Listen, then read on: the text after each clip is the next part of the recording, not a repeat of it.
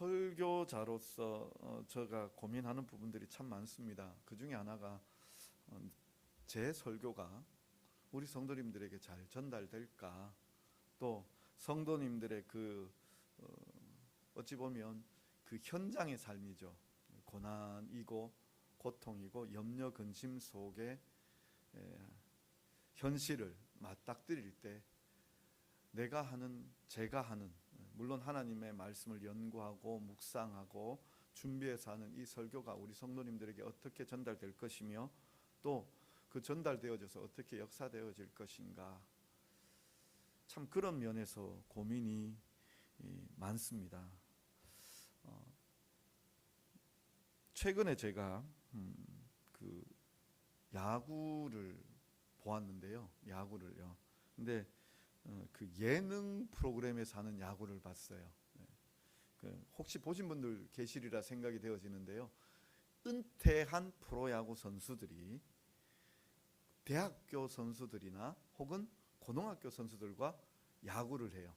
그래서 프로야구 선수에서 이제 거의 레전드라고 얘기할 수 있는 선수들이 이제는 체력도 좀 딸리고 나이도 들어서 이제 반사신경도 좀 떨어진 이 레전드 선수들이, 그 소위 말해서 한물간 선수들이 그렇지만 대학 선수들과 혹은 고등학교 선수들과 야구하는 그 예능이 있더라고요. 근데 그 팀의 감독이 누구냐 하면 김성근이라는 아주 유명한 감독입니다. 나이가 벌써 80이 넘으셨더라고요. 80이 넘으셨는데 이분은 아주 지독한 훈련시키는 걸로 유명한 사람이죠. 유명한 사람인데 이분이 경기를 앞두고 이태근이라는 그 타자를 훈련을 시키시더라고요. 이태근이라는 선수가 얼마만큼 잘하는 선수인가 하면 통산 타율이 3할이 넘어갑니다. 그 통산 타율 3할 넘어간다는 거, 이건 정말 대단한 거거든요. 그런데 그 선수가 연습하고 있는데 가서 그 다리를 보면서 다리의 모양새를 지적하더라고요. 다리의 모양새를 지적하는데 아마 그 이태근 선수의 그 자기의 습관이라고 얘기할 수 있죠. 수십 년 된 자기가 타격할 때 나오는 그 습관인데 그걸 자꾸 지적하더니 보다가 안 되니까 이 80 넘은 감독이 어떻게 하는가 하면 그 선수를 공을 치라고 하면서 눕는 거예요. 그 선수 밑에 누워서는 그 다리를 잡는 거예요. 이렇게 다리를 잡아서 그 감독이 가르쳐 주려고 하는 그 의도대로 하는 거예요. 그 모습 보면서요, 첫 번째 드는 생각이 뭐냐면요, 저게 무슨 소용이 있나 이 생각이 들었어요. 왜 그런가 하면은 은퇴했잖아요. 이태근 선수 은퇴했거든요. 은퇴해갖고 이제는 뭘 봐야 되는가 하면 코치가 되거나 감독이 되는 걸 봐야 되는데 마치 다시 돌아갈 선수처럼 자세 교정시키고 있어요. 그것도 3할 넘게 쳤던 그 타자를 이 80 넘은 감독이, 좀 나쁜 말로 표현하면 이거 무슨 좀 그거 있죠, 그죠? 치매 오셨나 이 생각이 들 정도로 그 생각이 들었는데요.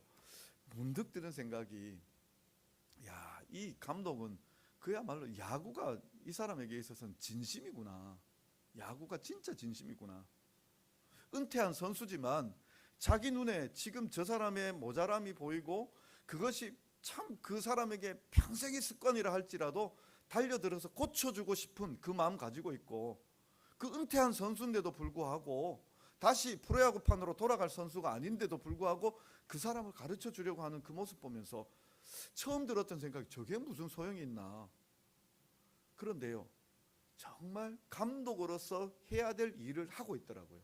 그 사람이 야구 감독이기 때문에 한 팀을 이끌어가는, 그 팀의 선수들이 프로야구판에서 은퇴한 사람들, 그래서 레전드를 찍었던 사람들, 그래서 나름대로 잘하는 사람들, 자기 방식을 가지고 있는 사람들, 그렇게 이야기되어지지만 이 감독은 가르쳐 주고 있는 거예요.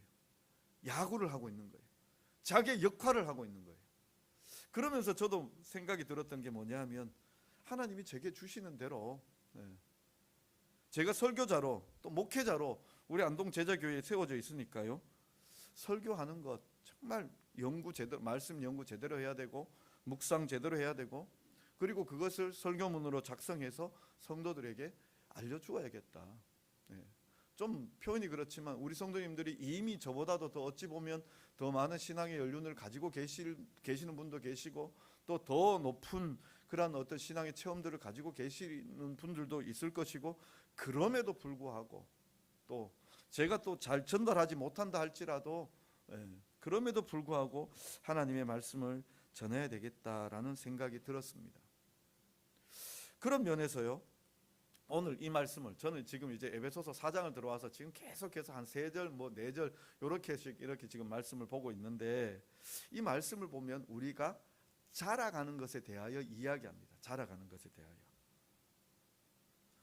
지금 오늘 우리가 읽었던 것에 대하여 이렇게 보면 그리스도의 장성한 분량에 이르기까지 자라가라고, 충만한 데까지 자라갈 것을 우리에게 요청을 하고 있습니다. 그런데 여기 중요한 게 하나 있습니다. 그렇게 자라기 위해서는 뭐가 필요하냐? 믿는 것과 아는 일에 하나가 되라고 그렇게 우리에게 이야기합니다. 믿는 것과 아는 일에 하나가 되라. 제대로 된 믿음이 있어야 하나님을 알 수 있습니다. 그리고 알아야 제대로 된 믿음을 가질 수가 있습니다. 우리는 우리가 뭔가 하나 경험하고 내가 조금 알았다고 하면 그걸 가지고 뽐내고 또 그것만으로 만족하는 경향들이 참 많습니다. 그런데 하나님은 무궁무진하십니다. 하나님을 알기에는 우리의 생각과 마음이 너무나 작습니다. 근데 우리는 어떻게 생각하는가 하면 내가 아는 것 그것만이 전부인 줄 알고 그것으로 마치 다 알고 있는 양 그렇게 생각하는 경우들이 너무나 많습니다. 그래서 어떻게 하는가 하면 다른 사람들을 판단하고 또 혹은 그 뭐라 그래야 될까요? 정죄하는 그런 모습들을 우리가 볼 수 있습니다. 하나님은 놀라우신 분입니다. 하나님은 우리의 생각보다 크신 분이십니다. 근데 우리는 어떻게 생각하는가 하면 하나님을 마치 나와 똑같은 것처럼 여깁니다. 근데 이게 앞뒤 순서가 바뀌어져야 합니다. 왜냐하면 참 세상의 종교는 이런 거예요. 우리가 저 신의 경지에 도달해 보겠다고 그렇게 이야기하는 거죠. 근데 그 갈 수 있습니까? 없습니까? 신의 경지에 도달할 수 없습니다. 인간이기 때문입니다. 그런데 반대로요, 오늘 성경 말씀을 보면은요, 하나님께서는 우리에게 뭐라고 이야기하시는가 하면 그리스도의 그 충만한 데까지 이르리니라고 그렇게 말씀을 하고 있습니다. 이르리니. 이건 할 수 없다는 얘기입니까? 하겠다는 얘기입니까? 할 수 있다는 얘기입니다. 다르게 이야기하자면, 그냥 쉽게 이야기하자면 하나님께서 우리에게 너 나와 똑같이 되어질 거야. 너 나만큼 되어질 거야. 창세기에서부터 이미 하나님께서 우리에게 말씀하시기를 우리의 형상과 우리의 모양을 따라 사람을 만들자라고 얘기하셨어요. 하나님께서 우리에게 허용해 주신 거예요. 뭐라고? 하나님처럼 되도록요. 하나님과 같이 되도록요. 그리스도의 그 장성한 분량에 충만한 데까지 우리가 이끌어 갈 수 있도록, 거기에 나아갈 수 있도록 우리를 이끌어 주시는 거예요. 근데 우리에게 요청하는 게 뭐냐면 믿는 것과 아는 일에 하나가 되라고 이야기해요. 근데 우리는 마치 하나 이루어지면, 하나 믿으면, 그것이 되어지면 그게 전부인 양 다 생각해 버리는 그 편협함들을 가지고 있다라는 것이죠. 제가요 참 편협한 사람이에요. 부족한 사람이에요. 수련회를 앞두고 참 많이 기도해 왔었습니다. 다른 해와는 다르게 정말 제가 그 지난 맥주절 감사 때도 그때도 설교를 드렸지만 이 상반기가 남다르게 여겨졌고, 그런 연장선상에서 지난 그 교사 모임을 가지고 GLB 교사 모임을 가지고 난 다음부터 새벽마다 정말 간절하게 부르짖었습니다. 하나님, 우리 아이들 하나도 빠지지 않고 다 참여할 수 있도록 해 주십시오. 더 많은 아이들 참여할 수 있게 해 주십시오. 또 좋은 날씨 주십시오. 그때 한참 또 비 왔잖아요, 그죠? 막 산사태 나고, 지난 그 앞서 주 같은 경우는 산사태 나고 이러니까요. 그 수련회에서까지 전화 와서 이제 취소하면 위약금 물지 않도록 하겠습니다. 뭐까지 할 정도로 그렇게 뭐 좀 두려움이 있는 그러한 시간들이었어요. 그럼에도 불구하고 하나님 좋은 날씨 주십시오. 하나님 은혜 주십시오. 네, 기도했습니다. 근데 막상 그 날이 다가오니까요, 하나이는 아프다고 못 가겠다는 겁니다. 그래서 못 갔습니다. 하나이는 자기 스케줄이 너무 많아서 또 못 가겠다고 그러는 겁니다. 그래서 또 못 갔습니다. 근데 그렇게 못 가는 편을 생각을 하니까 마음이 그냥 푹 무너지는 거예요. 하나님, 대체 제가 기도했는데, 하나님, 제가 이렇게 여느 때와는 다르게 정말 간절하게 하나님 응답 주실 것을 믿고 기도했는데 왜 응답 안 해주십니까? 근데 하나님께서는 어떻게 응답해 주셨는가 하면 새로운 아이들을 보내주시더라고요. 새로운 아이들요. 이번 수련회에 우리 교회를 통하여 3명의 친구가 더 갔습니다. 고3인데 갔습니다. 고3인데요. 우리 교회에 있는 고3을 통하여 이렇게 함께 가게 되었습니다. 그래서 가서 정말 은혜 받았다고 그렇게 이야기하는 것을 들었습니다. 근데 가기 전까지 하나님, 대체 왜 이렇습니까? 왜 사람들이 참여하지 않고 또 준비하는 여러 가지 그 일들 가운데서도 부족함들이 보이고 이런 면들에서 참 왜 이렇게 어렵습니까? 근데 하나님께서 그곳에서 역사해 주셨습니다. 좋은 날씨로 역사해 주셨습니다. 물에도 못 들어갈 것이라고 생각을 했는데 물에, 아까 사진 보셨다시피 물에도 들어갔습니다. 또 이번 이렇게 인적 구성들이라든지 이런 것들 보면서 하나님의 은혜가 있을까라고 이야기했는데요, 정말 아이들이 귀하게 은혜를 받았습니다. 제일 은혜 받은 게 뭔가 하면은요, 목사님들이 다 자기 교회에서 말씀을 준비했잖아요. 아까 그 사진 보셨다시피 한 주강사가 있어서 그냥 처음부터 끝까지 강의하는 게 아니라, 설교 예배 인도하는 게 아니라 강사가 다 달라요. 개회 예배 다르고, 첫날 저녁 다르고, 둘째 날, 셋째 날, 그리고 마지막 폐 예배까지 강사가 다 달라요. 강사가 다 다른데 내용은 똑같았어요. 본문 다 달랐는데 내용은 똑같았어요. 뭔가 하면은요, 하나님을 만나야 된다. 하나님을 경험해야 된다. 심지어는요, 아이들에게 제가 돌아오는 길에 물었어요. 너는 어느 설교가 제일 기억이 나니? 이러니까 아이들이 그렇게 얘기하더라고요. 목사님, 솔직하게 얘기해도 돼요? 그래. 무슨 말인지 알죠? 아이들이 그냥 목사님 설교가 제일 기억이 납니다, 제 듣기 좋으라고 하는 얘기가 아니고, 솔직하게 얘기해도 돼요? 그러면서 그렇게 얘기하길래 그걸 해봐라 그랬더니 저는 의외였어요. 목사님들의 설교가, 특히 우리 합동교단의 목사님들의 설교가 어떠한가 하면, 요즘 패턴이 어떠한가 하면 약간은 지적인 설교를 하십니다. 강해 설교 중심으로 가십니다. 그런데 5명의 설교자가 있었죠. 5명의 설교자가 개회 예배 첫날, 둘째 날, 셋째 날, 넷째 날. 근데 셋째 날 밤에 하셨던 이 목사님의 설교는 약간 부흥사 스타일이셨어요. 저는 그렇게 하라고 해도 잘 못하는데 아멘 요구하시는 목사님들 있죠. 믿습니까? 그러면 이제 아멘도 얘기하고, 아멘 그래야만 이제 다음 넘어가시고, 저 뒤에서 듣는데 제가 듣는데, 야, 이게 아이들에게 먹히겠나 싶은 생각이 들었어요. 부흥사 스타일로 하면.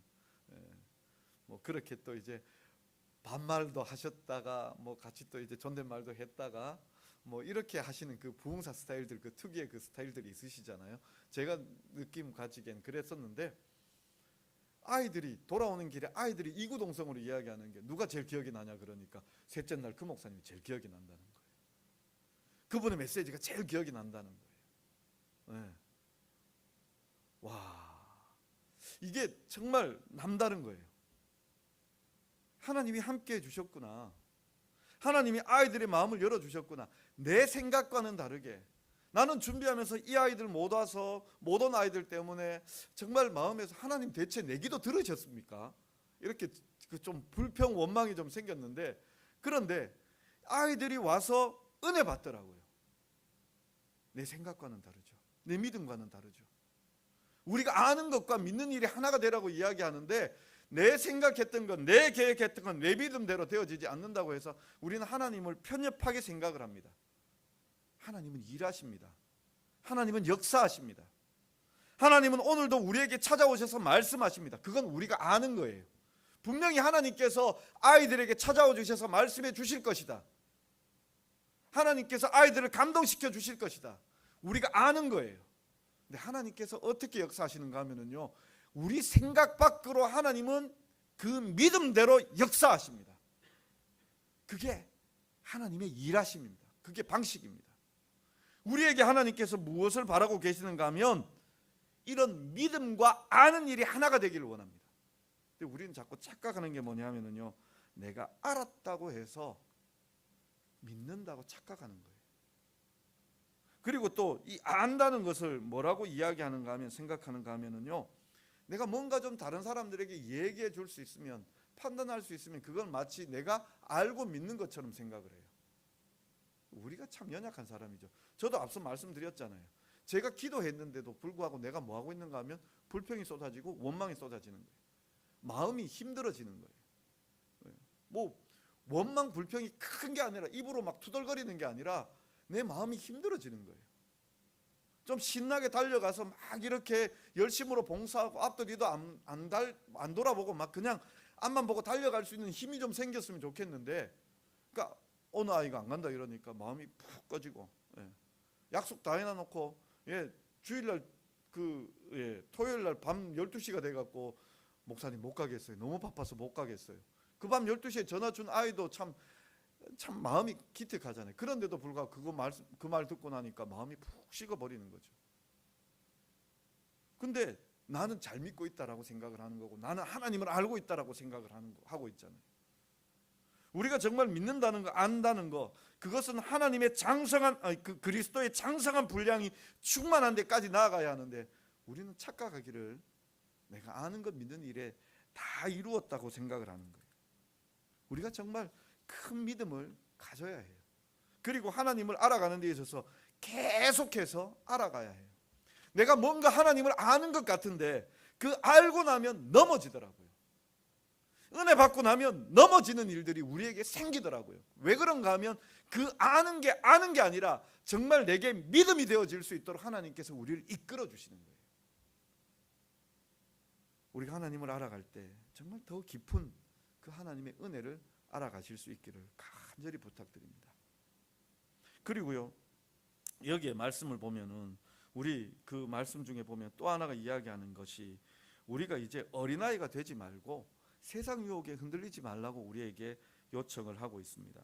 그 말씀이 바로 14절에 나오죠. 이는 우리가 이제부터 어린아이가 되지 아니하며 사람의 속임수와 간사한 유혹에 빠져 온갖 교훈의 풍조에 밀려 요동하지 않게 하려 함이라. 우리가 왜 그리스도의 장성한 분량이 충만한 데까지 가야 되는가 하면, 어린아이처럼 이리저리 유혹과 미혹에 빠져 넘어지지 않도록 하기 위해서요. 믿고 아는 일에 하나가 되어 그리스도의 그 충만한 분량에 이르기까지 나아간다면 우리는 어린아이가 아닙니다. 근데 우리는 뭐 하고 있는가 하면 지금 세상의 염려와 근심으로, 어려움으로 그렇게 이리저리 휘둘리고 있는 거죠. 참 우리가 믿는다는 것이 이게 참 쉽지 않은 일이고, 세상을 극복하고 뛰어넘는다는 것이 이게 정말 쉽지 않은 일입니다. 저의 가까운 목사님 중에, 제가 알고 있는 목사님 중에요, 시골에서 그냥 작은 교회를 섬기시는 목사님이 계세요. 근데 이분 같은 경우는 교인 수가 별로 안 돼요. 한 10여 명 되는 정도밖에 안 되는데, 이분 같은 경우는 교인들 돌아볼 뿐만 아니라 이웃 교회를 가서 막 도와주고 자기 일처럼 도와줘요. 또 뿐만 아니라 누가 믿고 안 믿고 간에 어려움 당하는 일이 있으면은요, 자기 거 퍼서 나누어 줘요. 뭐 어디 수리가 필요한 곳이 있으면 가서 수리해 주고요. 정말 와, 저분은 남다른 은사가 있구나라고 그렇게 생각이 될 정도로. 그런데 그런 일들을 하면은 우리가 생각할 때에는 보면은 물질이 부족할 것 같고 몸이 어디 탈날 것 같다고 우리 생각이 되어지는데, 그런데 어떤 일들이 벌어지는가 하면은요, 하나님께서 그 삶 속에 은혜를 베풀어 주세요. 교회는요 똑같아요.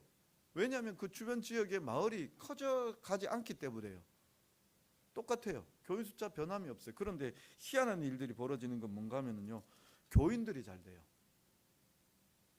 교인들이 잘 될 뿐만 아니라 또 무슨 일이 있는가 하면 외부에서 그 교회를 돕겠다고 와요. 목사님 돕겠다고 와요.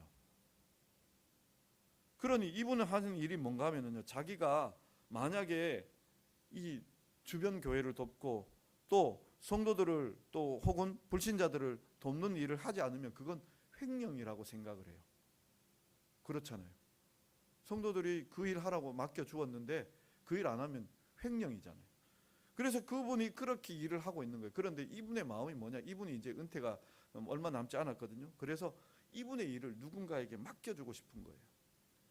자기가 그렇게 은혜 받으니까 그 일을 맡겨주고 싶은 거예요. 그래서 한 분을 이렇게 열심히 목사님을 이렇게 가르치고 훈련하고 있는데 이 목사님은 젊은 목사님이신데 40대 목사님이신데 아직 두려운 거예요. 두려운 거예요. 앞에 계신 목사님은 그렇게 사시면서 은혜를 경험하고 그만큼 세워졌다면 그래서 그 세우시려고 하시는 목사님에게 이렇게 좀 하십시오. 하나님께서 도와주십니다. 근데 뒤따라오는 목사님은 두려운 거예요. 제가 만약 그 자리에 있다 그래도 저도 두려울 것 같아요. 그건 목사님은 그렇게 좀 인생 가운데 그렇게 살아오셨으니까 그렇게 일이 되어졌지만 저는 아무것도 없어요. 근데 그 목사님이 늘 그 후배 목사님에게 하시는 게 뭐냐면 하면 됩니다. 하면 됩니다. 근데 후배 목사님은 왜 못 움직이는 걸까요? 세상 유혹, 세상에 대한 이 풍조, 이것을 못 뛰어넘고 있으니까요. 예수님께서 비유로 말씀하셨습니다. 씨 뿌리는 비유요. 어느 농부가 나가서 씨를 뿌렸습니다. 그 씨를 뿌릴 때 어떤 씨는 길가에 떨어지고 어떤 씨는 그 돌짝밭에 떨어지고 어떤 씨는 가시떨기 밭에 떨어지고 어떤 씨는 좋은 밭에 떨어졌습니다. 그런데 길가에 떨어진 그것은 새들이 와서 금방 그 씨를 주워 먹어 버렸습니다. 그리고 돌짝밭에 떨어진 것은 해가 나서 이렇게 되어질 때 그냥 금방 타서 말라 죽어 버렸습니다. 가시밭에 떨어진 것은 가시떨기에 떨어진 것은 싹이 나고 자랐지만 열매를 맺지 못하죠. 예수님께서 이야기하실 때 그 가시떨기에 떨어진 그 씨앗들은 바로 세상 유혹이나 핍박에 열매 맺지 못하는 그리스도인들을 이야기하는 부분이었습니다. 어린아이들과 같은 신앙이죠. 하나님을 바라보고 온전히 하나님 앞에 나아갈 것인가 아니면 세상 앞에 흔들릴 것인가. 근데 우리가 그리스도의 장성한 분량에 이르리니 우리가 그리스도의 장성한 분량에 이르는 그 과정 속에는 흔들림이 없어야 됩니다. 하나님 믿고 하나님께서 말씀하시는 대로 믿고 따르면 거기에 나아가게 되는 거죠. 근데 문제는 뭔가 하면요, 우리가 그런 일들을 안 벌린다는 겁니다. 목사님은 앞서서 이끄시는 목사님은 자기가 그렇게 옆에 있는 교회들 돌보고 또 성도들 돌보면서 또 불신자들 돌보면서 그렇게 복음 전하면서 그렇게 뛰쳐나가서 일을 벌리니까 하나님께서 그렇게 도와주시는 것을 경험했고 젊은 목사님은 아직 그 경험들이 부족한 거예요. 그걸 우리에게 적용시켜 보자면요, 우리는 우리의 삶을 살기에 너무 바쁜 거예요. 먹고 살기에 너무 바쁜 거예요. 그런데 저는 우리 성도님들에게 한번 이런 요청을 드리고 싶습니다. 우리도 한번 뛰쳐나가 보자고요. 하나님을 위하여 한번 나아가 보자고요. 내 삶을 한번 하나님 앞에 올려드려 보자고요. 이리저리 세상 풍조에 휘둘려서 내 먹고 살기 바쁘고 내 할 일 이렇게 해야 되고 저거 해야 되고, 그게 아니라 하나님의 일들을 먼저 한번 구해보자고요. 우리가 알고 있는 거 있잖아요. 먼저 그의 나라와 그의 의를 구하라. 그리하면 이 모든 것을 너희에게 더하시리라. 우리가 알고 있잖아요. 그런데 우리는 세상 풍조에 휘달려서 이리저리 휩쓸리고 하나님의 일을 생각하지 못하고 살아가고 있죠. 우리가 정말 하나님 앞에 한번 우리의 삶을 드려봤으면 좋겠습니다. 그런데 뭐로 드릴 거냐? 뭐로 드릴 거냐? 전도하는 것으로 한번 드려봤으면 좋겠습니다. 전도하는 것으로. 제가요, 전도와 조금 다른 면이 있지만 8월 마지막 주일, 8월 27일 날 주일 날 저녁에 필리핀 팔라완으로 갑니다. 팔라완에 가서 4박 6일인가? 금요일 날 돌아오게 되어지는데요. 선교 봉사 갑니다. 여기서 장비 몇몇을 가지고 나가서 전동 공구라든지 장비 몇몇을 가지고 가서 거기에 있는 선교센터 마무리 공사합니다. 제가 할 수 있는 건 없습니다. 저는 그저 이제 보조 역할을 하는 거죠. 앞에서 이제 일하시는 목사님들이 몇 분이 계시고 전기공사 맡으신 예전에 목사님 되기 전에 전기공사 쪽을 하셨던 목사님도 나가시고 또 미장공사를 하셨던 타일공사를 하셨던 목사님도 나가시고 그래서 저같이 이제 이 보조는 이제 열심히 뒤따라 다니면서 도와주는 일을 하려고 이렇게 나아가고 있는데요. 제 생애에 있어서 처음 선교지 나갑니다. 죄송하게도 전 선교지 한 번도 못 나갔습니다. 진주교회라는 큰 교회에 있을 때도요. 제 차례가 왔었거든요. 그래서 선교단 이끌고 나아갔어야 됐었는데 다른 후배 목사님께서 목사님 제가 가면 안 돼요 하길래 그냥 제가 자리 뺏겨버렸습니다. 그리고 나중에 제게 또 기회가 왔는데 다른 분이 또 가시고요. 그래서 못 갔습니다. 선교지 한 번도 못 갔습니다. 근데 이번에 처음 선교지 갑니다. 그 기회가 왔을 때 저 그냥 무턱대고 제가 가겠습니다라고 그렇게 기도하고 거기에 헌신했습니다. 제가 왜 선교지 가려고 하는가 하면은요. 우리 성도님들과 함께 나중에 그 팔라완이 아니라 다른 선교지 가고 싶어서요.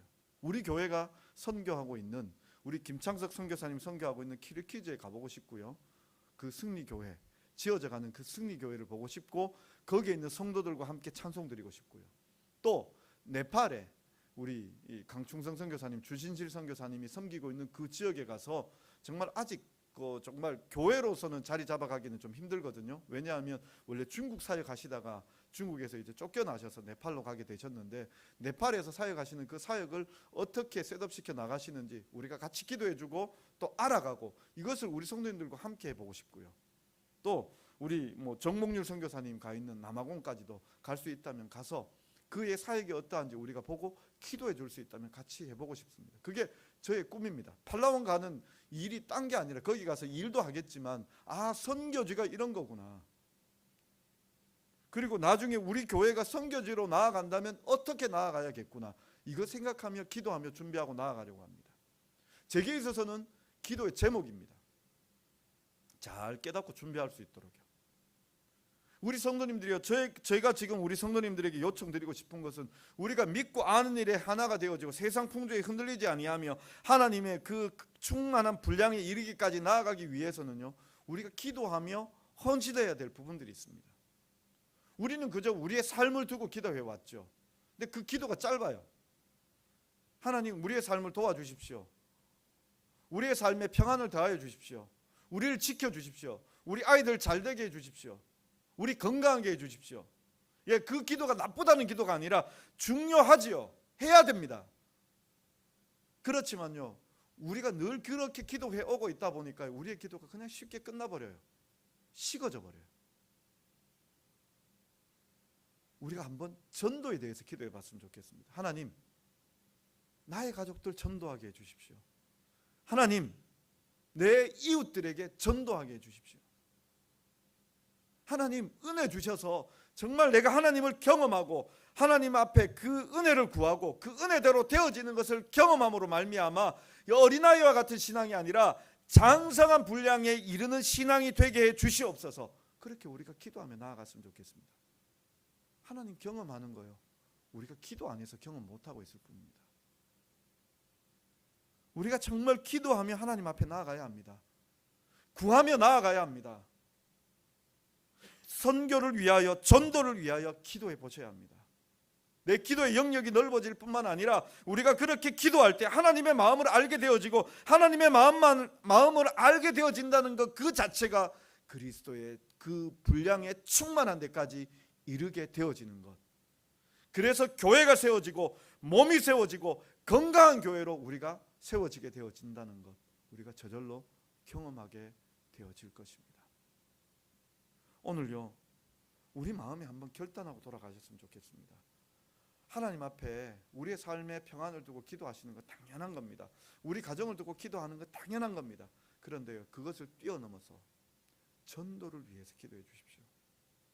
우리 가까운 가족들 위해서, 또 우리의 가까운 이웃을 위해서, 우리의 친구들 위해서 기도하십시오.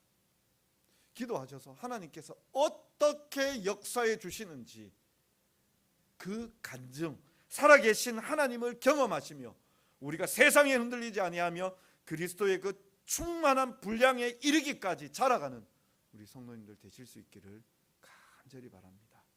기도하겠습니다.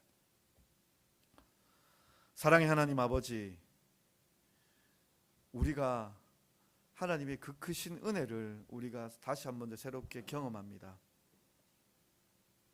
하나님께서는 우리에게 너희도 나처럼 될 수 있다, 그 그리스도의 장성한 분량에 충만한 데까지 이룰 수 있다라고 허락해 주셨습니다. 우리를 거기까지 이끌어 주실 것을 믿습니다. 아버지 하나님, 그러하기에 흔들리지 않는, 세상 유혹과 속임수에 넘어가지 않는 어린아이의 신앙을 버릴 수 있는 우리들 되게 하여 주옵소서. 참으로 하나님 앞에 믿고 구하며 나아가는 우리들 되게 하여 주옵소서.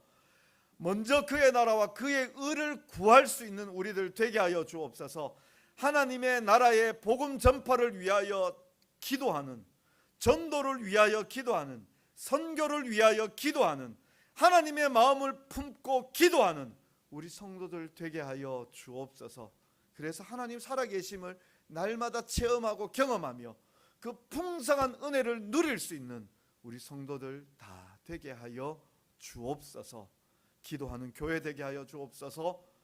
복음 전하는 교회, 복음 사랑하는 교회 되게 하여 주옵소서. 예수님의 이름으로 기도드리옵나이다. 아멘. 우리 다 자리에서 일어나셔서